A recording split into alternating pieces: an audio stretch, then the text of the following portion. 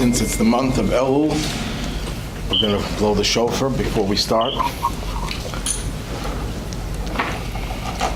There's a melody that we often sing on Rosh Hashanah after the sounding of the shofar. And we have here Maestro Max, who'll play that song after we finish.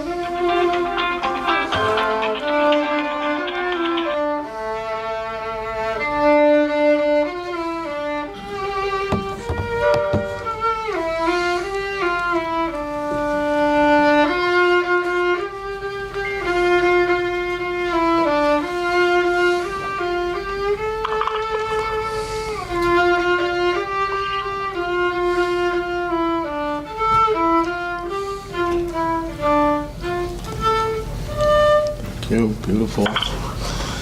Okay, welcome to our weekly Pirkei Avos, Ethics of the Fathers class.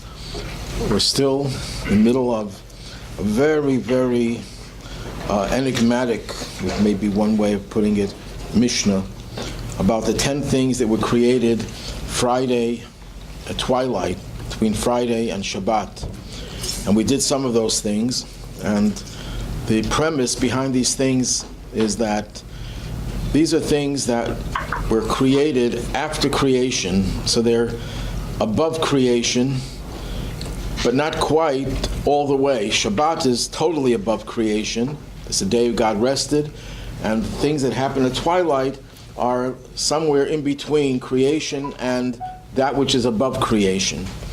We're up to the 7th item, the Shamir. Above. Above means not natural, supernatural, spiritual. And we're up to number 7, the Shamir. The Shamir is a very, very fascinating creation. When King Solomon built the first temple, he was told that he wasn't supposed to use iron to cut the stones that were used in the construction of the temple. And the reason for that is that iron is used for swords. Swords are there to take lives, and the temple's objective was to bring life into this world, to bring more life into this world. It doesn't make sense to construct the temple with a substance that is used, especially in those days, primarily for the taking of life. There was an internal contradiction between the two. And therefore, how was he supposed to cut the stones if he couldn't use iron? Now, according to many opinions, he could have cut the stones, just not on the temple grounds. But King Solomon went beyond that. And according to the Talmud, he discovered that there's a creature called Shamir. It's like a little worm, very tiny worm, that Moses used to engrave the names of the tribes on the stones that were used in the high priest breastplate. And it's a whole long story how he found this little creature. And this creature, if you put it on stone, it will cut the stone. So here's, on one hand, it's a natural thing. It's a creature created by God like any other worm or any other creature. But it had supernatural powers relative to what we're accustomed to. See, how do we define nature and supernatural? Anything that we see, that we observe in the observable universe, we call nature. But there are a lot of things in nature that really exhibit unnatural tendencies, that they don't fit into what we know of in our day-to-day life. That doesn't mean it's not part of creation, but it's a part of creation that alerts us to the idea that, you know what? this creation is not something that happened by itself. It didn't happen just by some big bang. What banged? They can't still figure that out. What banged? In order to have a big bang, you have to have something that banged. And if God didn't create that the something, then how could there be a big bang? But anyhow, let the scientists break their heads to try to figure that out. But we know that God created the world. And this universe, the natural universe, is as much a divine creation as any miracle. In fact, the greatest miracle is existence, period. Because existence comes ex nihilo, something out of nothing. Something out of nothing means that there's literally nothing, and then something appears. That defies the human mind. We can figure out, how do you split a sea? It's a miracle that the sea split, but we could figure out scientifically how that mechanism worked. There was a big wind, and the wind blew the waters to one side and the waters to another side. Most miracles we could at least conceive of. We can't duplicate them, we can't replicate them, but we could conceive of them. To conceive of something out of nothing, whether they tell this story about some scientist said he can also create something out of nothing, and God challenges him to do it, and he takes some earth, and he says, I'm going to now create something. God said, 1 second, that's my earth. Find your own. You can't even conceive of this idea. So all of nature is divine. But the definition of nature, the Hebrew word for nature is teva. One of the meanings of teva, there's a pharmaceutical company in Israel called Teva. One of the meanings of teva is submerged. God's presence is submerged in nature. We don't see it. But every now and then, when you see something that we can call an anomaly, it doesn't seem to fit into the pattern of nature. It's also God created that. But why did he create things that don't fit into the pattern? One way of looking at it is that God is trying to alert us to the fact that nature itself is not just nature. Nature itself has a supernatural source, a divine source. And that's perhaps why this little creature, the shamir, disappeared after the first temple era. There was no longer the shamir. In the second temple, they had to use regular instruments to cut the stones. But that creature existed for a short period of time as a way of telling the world, you know what? There's something about nature that isn't always what we think it is, because there is something divine about nature. So when did God create this shamir, this little creature that has quasi-supernatural powers?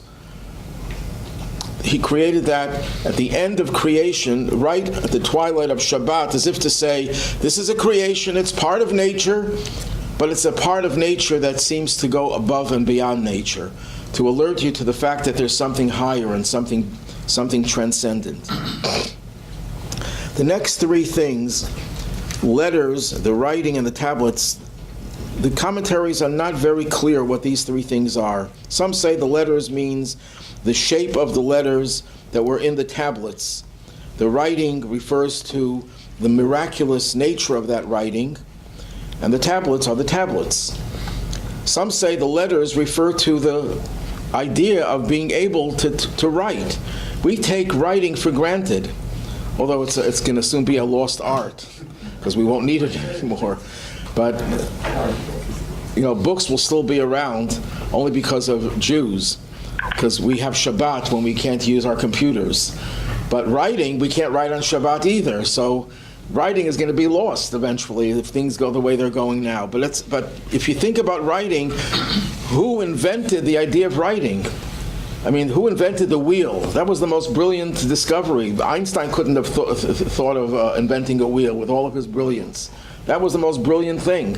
Who invented fire? Who created fire? According to our tradition, Adam created fire at the end of Shabbat when it got dark, and he was afraid of the darkness. He took two stones and rubbed them together, and he created a fire. That's why we make Havdalah Saturday night. We make Havdalah on a candle with at least 2 wicks as a way of remembering how God gave Adam the insight to create fire. But these creations, these very primitive creations, are incredibly brilliant to think of that. Who thought of writing? The idea of taking your ideas and put it into script, put it into writing. And then from writing we went to other means of transmitting our ideas to tape recorders and everything, all the other devices that we have, telephones and so on. But the initial idea of writing, where did that concept of writing come from? The idea of being able to translate abstract ideas into a concrete form. That's a fusion. That had to come from that came right at the end of creation. God is saying, I'm giving you the power to fuse together the idea of abstract ideas, which is in a certain sense spiritual compared to the physical, and you could fuse that with the physical. You can actually take an instrument and put the deepest ideas, the most profound philosophical concepts and scientific theories and spiritual Torah ideas, you can put it on a piece of paper. Incredible miracle. That miracle came at the beginning of creation. When? Actually at the end of creation, at the beginning of the period of creation, but right at the end, right before Shabbat. What was so special about the writing of the tablets? The tablets that Moses received at Mount Sinai most people don't know this. If you had to draw a picture of the tablets, what picture would you draw? The picture where the tablets are round on the top. They were not round. They were cubes. The Talmud makes it very clear they were cubes. Where did they get the notion of the round tablets? Michelangelo. When he depicted the tablets, he drew them round. I don't know where he got that notion from, but maybe I once heard a theory that someone said that it might have been a picture, someone was depicting the tablets and put a crown on the tablets. Because Torah is referred to as a crown of Torah. So they put a crown. So Michelangelo got the idea that there was something round about the tablets. But they were not round, they were cubes. But what was miraculous about them is that when you looked at the tablets, front of the tablets, you read the Ten Commandments. You looked at the side, you read the Ten Commandments. And you looked at the back, and you read the Ten Commandments. That was one incredible miracle, because the letters would be engraved in the tablets, and they would go through and through. So how could you have the Ten Commandments going through and through on all six sides? The answer is, you can't. It's a miracle. So that's one thing unique about it. Another thing unique about it is, there were two letters in the Hebrew alphabet, the final mem and the letter samach, which if you engrave in a stone through and through, the inside will fall out, because the mem is a complete square and the samach is a complete circle. And if you make a square and a circle in a substance and it goes through and through, the middle part will fall out, and that's the end of the letter. So those were there miraculously; they didn't fall out. So there were many miracles that happened, and these tablets represented God's infinite wisdom as it was transmitted through the tablets, and that was created at the end of the 6 days of creation, right before Shabbat. What is it telling us? The Rabbi once explained that there's a very powerful message. There's a fundamental difference between writing and engraving. We read Torah from a Torah scroll where you have print on the parchment, ink on a parchment. And then we have the luchos, the tablets, which were engraved. What is the difference between the two? So in order to illustrate the difference, I'll share a story. When the previous Lubavitcher Rebbe, Rabbi Yosef Yitzchak Schneerson, came to America in 1940, he came to visit in America in 1929, 1930, but he came to settle in America. He fled the Nazis in 1940. And he realized that there were many of his followers, and the followers of his father, who fled Russia decades before and came to America. And what does America do to Jewish people?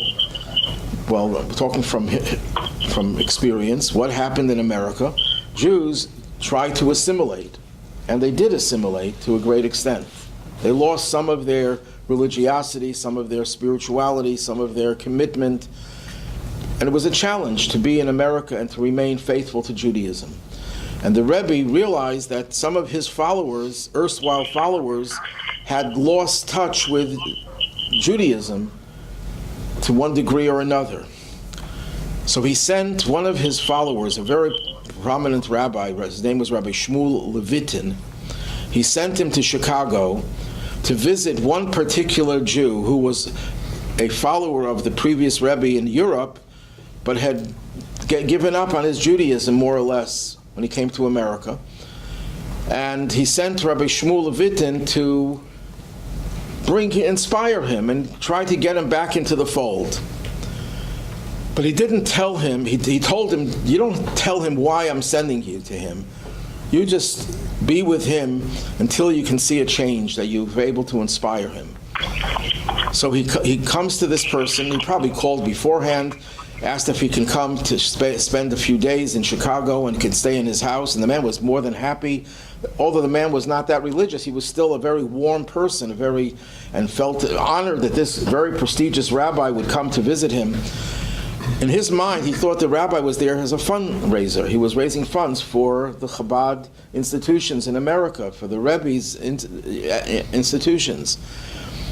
But the rabbi didn't ask him for a penny. He just sat in his house, studied Torah, prayed, and talked to him. They had many long conversations. And this went on, I think, for about 2 weeks. And after the 2 weeks were over, he said, okay, I'm going back to Brooklyn now. And the man said, I don't understand. You came here and you didn't even once talk about money. This man apparently was a man of means, and he was more than happy to contribute. So why did you come to visit me? So he said, I'll tell you why. In Europe, there used to be what they called itinerant scribes. Scribes who write Torah scrolls, who check them to make sure they're kosher. Not every community could afford one. Buffalo doesn't have a scribe. Many other communities don't have scribes. A scribe is actually coming to Buffalo Sunday and Monday to check people's mezuzahs, tefillin, and these scribes would earn a living by traveling from one town to another, and he would check the Torah scrolls. What do you mean to check the Torah scrolls?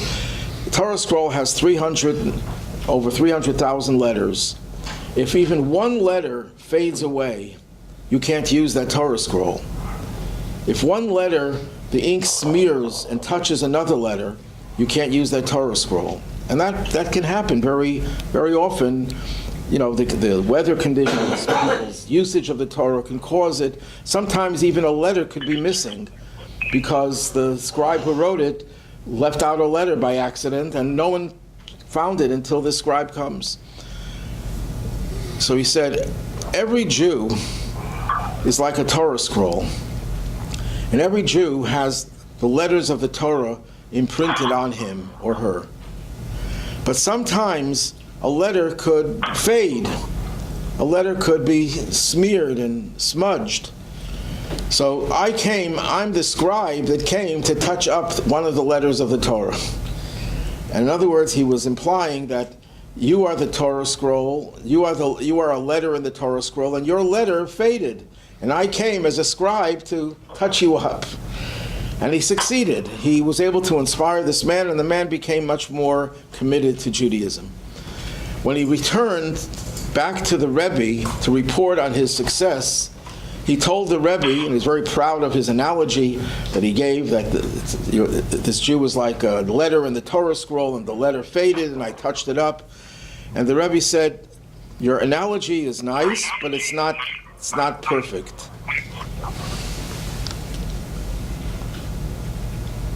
It's not a totally accurate analogy, because a Jew is not just a letter in the Torah, ink written on a piece of parchment. A Jew is like a letter engraved in stone. What's the difference? The difference is that if you have ink and parchment, the ink could fade, it could erase, it could smudge. But once you engrave something in stone, you can't erase it. The only thing that could happen is some dust could cover it. So all you have to do is wipe away the dust. You don't have to add ink to it. You don't have to correct it. It's perfect. The engraved letters are perfect. You just have to wipe away the dust. He says that's what your job was, not to correct the letter, but to wipe away the dust. So we see this difference between writing and engraving. On one level, we study Torah. Torah to us is like written on our soul. Whenever we study Torah, the Torah is imprinted on us. But the problem with that, it's great, it's wonderful, but that's not the ideal, it's not the ultimate. The ultimate is that the letters of the Torah should be etched in us. They should be a part and parcel of our very existence, that there's no way of erasing it, because if it's just imprinted on you, there are ways of erasing it, there are ways of distorting it.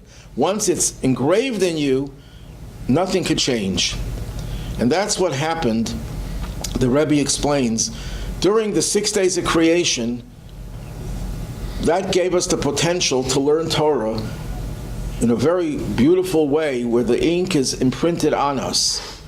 But at the end of creation, God says, I want you to reach a higher level of Torah. I want you to reach the level of Torah where the teachings of the Torah are part of you. It's as if it's second nature. It becomes first nature to you. You can't possibly ever stray from it or deviate from it.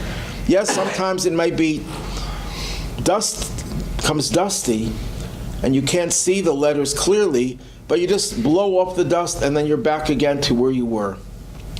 That's why this was created before the Shabbat, as if to say, creation is great. The Torah as it was in the first 6 days is wonderful, but there's a higher level. That higher level we will fully experience in the days of Mashiach, in the Messianic age. That's when every one of us will have Torah so deeply embedded in us, engraved in us, that we can't possibly separate ourselves from Torah. Then, after we listed these 10 things, it adds that there are some say, also the demons. Okay, this is interesting. What exactly are demons? Some people think that the UFOs are actually demons. I can't vouch for that. I can't even vouch that the UFOs are real. I'm a skeptic. And anything that's not part of Torah, one should be skeptical about until there's absolute proof. I have no problem with the idea that there might be creatures from other parts of the universe that are even superior to us in knowledge. One thing that is unique, the human being is so unique that he can only be found on earth. Guarantee you there are no human beings elsewhere, because it's such a crazy creation, the human being. It's so bizarre, the human being, that it would be a miracle if there would be another place where you have human beings. What's so unique about human beings? Human beings are the only creatures that have free choice. We can do whatever we want.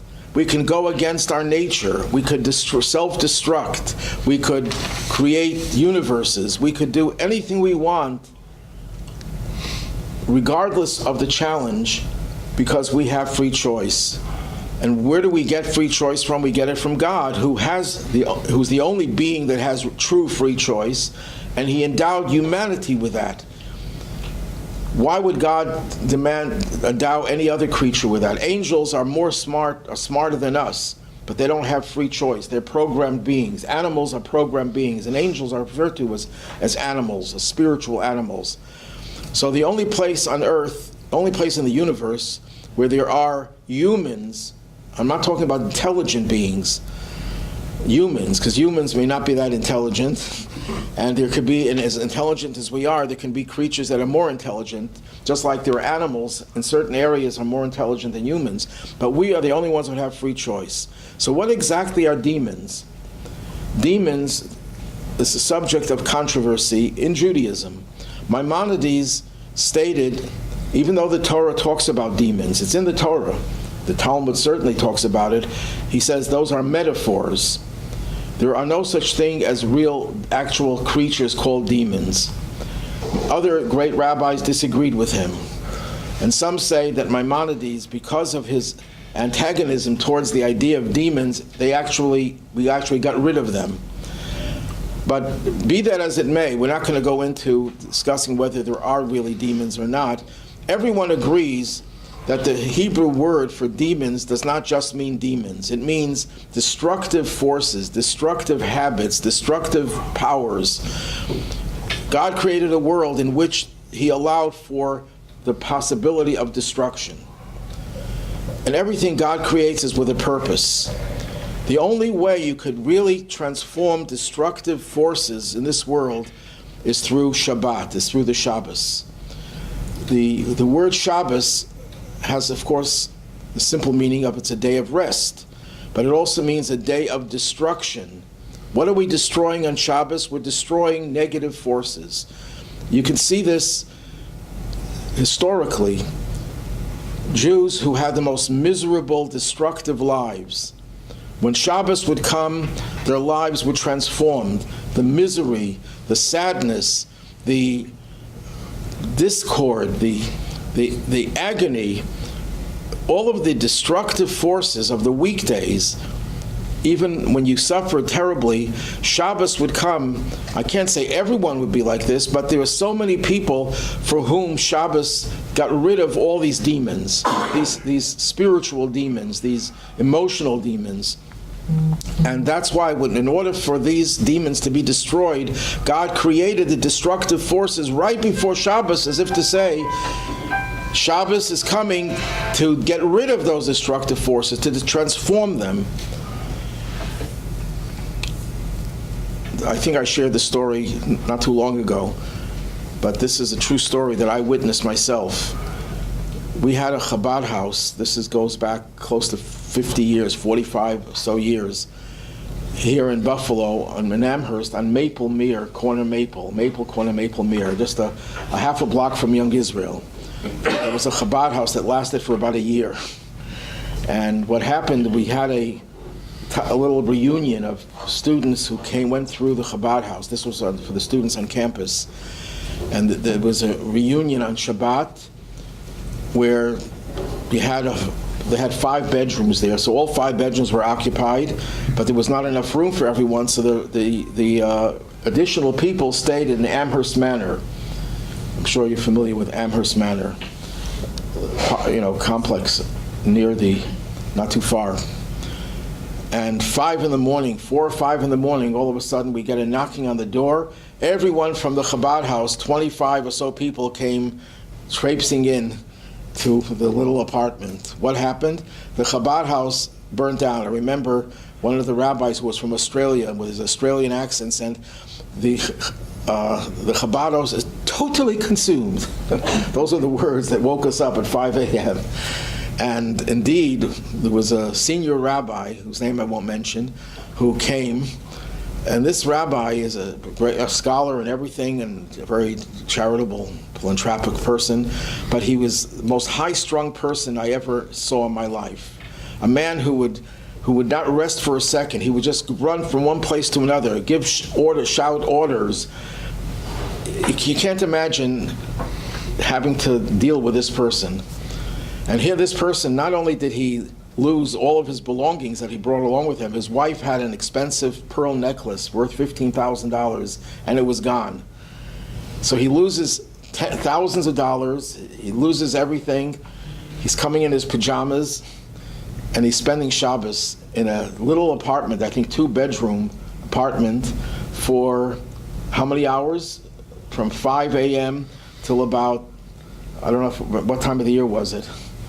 So at least 15 hours, I'd say, cramped in this little apartment. The man was the most peaceful person I ever saw. If I didn't know who he was, I'd say, wow, if only I can be a fraction of the tranquility, the serenity, the smiles, the pleasure that he was enjoying. It was like it was blissful. It was paradise. I never saw someone at such peace for the Shabbat. The second Shabbat was over, he turned into an animal. He went back to his nature. But it made such an indelible effect on me. to see how a person, I also observe Shabbos, but I can't imagine a person going from one extreme to the other with such serenity. The demons that possessed this person all disappeared when the Shabbos came. And that's what God created right before Shabbos. And we are now living in the twilight of history. We're living right before the Shabbos of creation. The Messianic age is referred to as Shabbat. And there's a lot of demons in the world. A lot of, not just the real big demons, the Putins of the world, the other demons in the world, but there are little demons in each and every one of us. And we're on the verge. God already set into motion that before the final Shabbat of existence, the seventh millennium of existence, we will be able to transform these demons. Then we have the burial, the grave of Moses. What was so special about the grave of Moses? Moses was the greatest person that ever lived. And when he died, he was buried in a place called Mount Nebo. We think we know where that mountain is. His brother Aaron, a few months before Moses passed away, was buried in a place called Har HaHar, the mountain of a mountain. And people today go there, actually. They think they know where it is. There's no guarantee that it's the right place, but it seems that way. But nobody knows where Moses is buried. We know the mountain, but no one could figure out where he's buried. And it's not just because we didn't explore the whole mountain. The whole mountain was explored from top to bottom, and nobody could ever figure it out. The Talmud relates that the Romans said, leave it to us, we'll find his grave. And they sent a search party to the top of the mountain, and when they came to the top, they looked down, oh, there it is, we can see it. Then they went to the bottom of the mountain, and they couldn't find it, looked up, oh, it's on top. So then they sent two forces, one on the top and one on the bottom, and the ones on the bottom saw it on the top, the ones on the top saw it on the bottom. And then they gave up. Why was Moses' grave hidden? So there are several reasons given. The first very basic reason for people of a elementary level of theology, people on that level, if they saw Moses' grave, they might deify it. They might worship it as a god. In those days, people were, anything that was a little unusual, you worshipped. They even worshipped the usual thing. They worshipped stone and wood. People were so primitive. So to prevent primitive people from deifying Moses' grave, because Moses was the greatest person, look at all the miracles that God wrought through him. So God didn't want people should know where he's buried, so they can't turn his grave into a shrine. Now, there's nothing wrong in turning a grave into a shrine. We still do that today. In fact, the Talmud relates that when Kalev, the spy, one of the good spies, went into Israel, the first place he went was to the burial place of Abraham, Isaac, and Jacob. We know where the patriarchs are buried, exactly where they're buried. Tens of thousands, hundreds of thousands of people go visit their grave sites every year in Hebron. So there's nothing wrong with turning a gravesite into a shrine. But Moses, because he was so unique, the Torah says there'll never be anyone like Moses. Mashiach will be the only exception, and even so, not in every respect. So there was a danger that people might deify it. Or people might, the Muslims do this, when they conquer a shrine, they turn it into a mosque. They did that to the Temple Mount. Temple Mount was the place where the Holy Temple stood, and they turned it into a mosque. They do that wherever they conquer. And sometimes idol worshippers would turn a shrine into, every shrine, they turn it into their pagan place of worship. That's one very elementary level. Another level,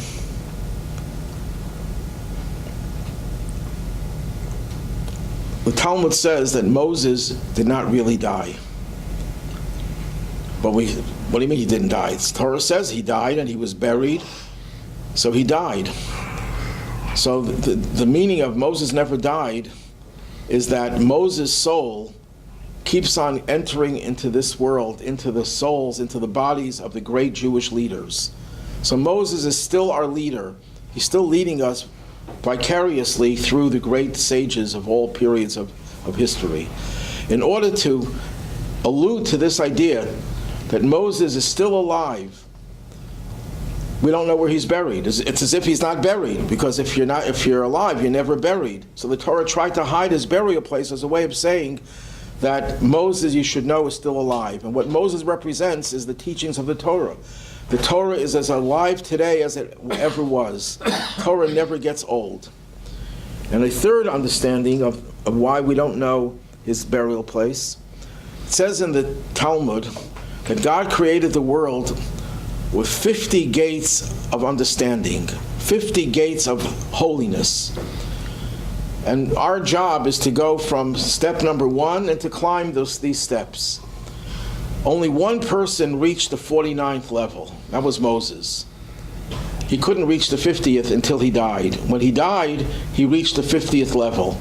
The mountain in which he was buried, Nevo, is actually a composite of two words, Nun, Bo. Nun is 50, Bo in it. This is the mountain in which Moses achieved the 50th level, the ultimate level of understanding of holiness. So it was a way of alluding to this idea that Moses had reached the elusive 50th level that no one else could reach. We don't know where he's buried, as if to say his existence is elusive, it's beyond us, we can't fathom it. This place, this special burial place, which indicated Moses' special level, was created at the end of creation, right before the Shabbat, as if to say this is the potential for reaching that 50th level, which we will all reach in the Messianic age.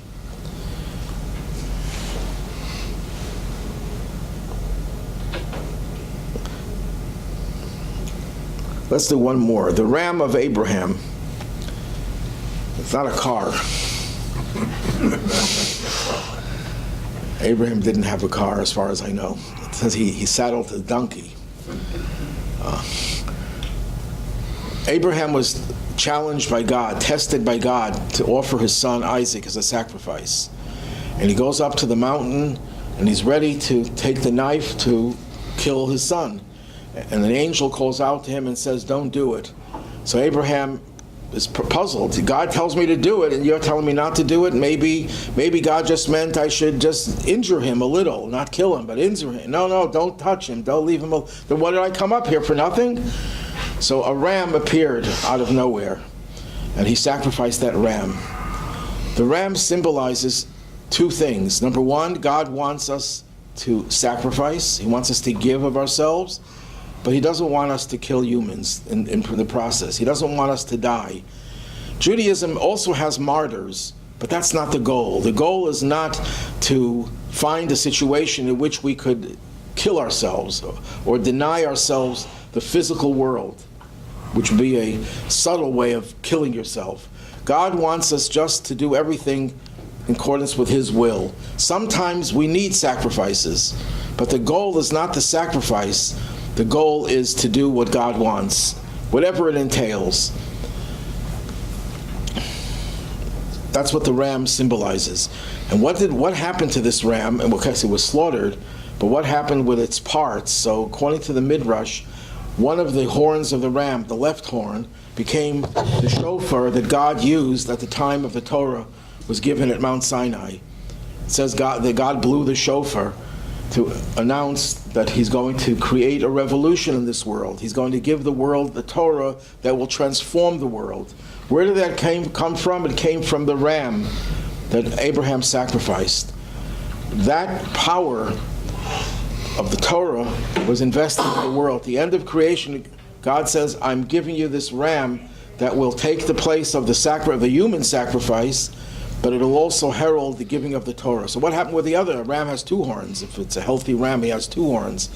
The other horn will be sounded by God when Mashiach comes. It says God will blow the great shofar to announce the redemption, the final redemption. That was already set into motion at the beginning of creation. We shouldn't think to ourselves that Jewish history is like a surprise. It was no surprise. The powers for Jewish history, ultimately leading to the Messianic age, were all planted into creation at the very beginning. We'll have to finish the other. The other things are some say also tongues, made with tongues. That sounds very strange. Tongue, you know what tongues are? How do you make tongues? You have to forge it in the fire, and then you have to take it out with tongues. Well, if you're creating the first tongues, you have to have a pair of tongues before that. So God created the first pair of tongues. What's the significance of that? That sounds like so uninspiring. The other things are inspiring. The ram, the miraculous ram that saved Isaac and heralded the giving of the Torah. Moses' grave is a very high level experience. It's beyond our understanding. The manna from heaven, all these things seems to be supernatural. The tongues created by tongues doesn't seem to have any significance whatsoever. The Rabbi gave a brilliant explanation for that, which I'll have to leave for next week. Keep you in suspense. Any questions?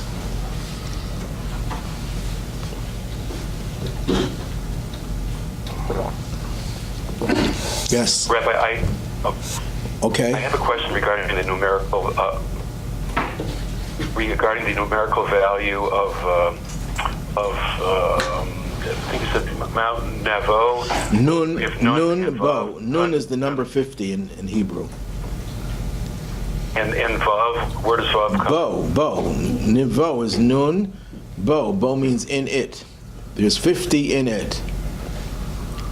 I see. All right, thanks for the clarification. I was in very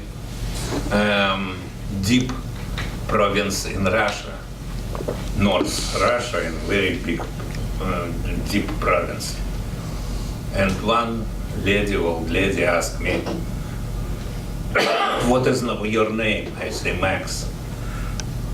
It's not Russian name. I say, no, I'm Jewish. No. I say, no, I'm Jewish, really. And she asked me, could I touch your head? And she started to touch my head and look for horn. When she didn't find horn, she told me, you are not Jewish. Liar.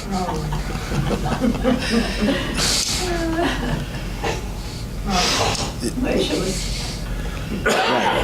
Michelangelo depicted Moses with horns. Yeah. Because the Torah says that when he descended from Mount Sinai, his face shone, radiated with Koran. Koran has two meanings. Koran means it shined, but it also means horns. So maybe because the rays of light sometimes look like horns. So Michelangelo took the idea of Moses' face radiated light as if he had horns. Maybe it was antenna. Maybe. But, yes, you had a question?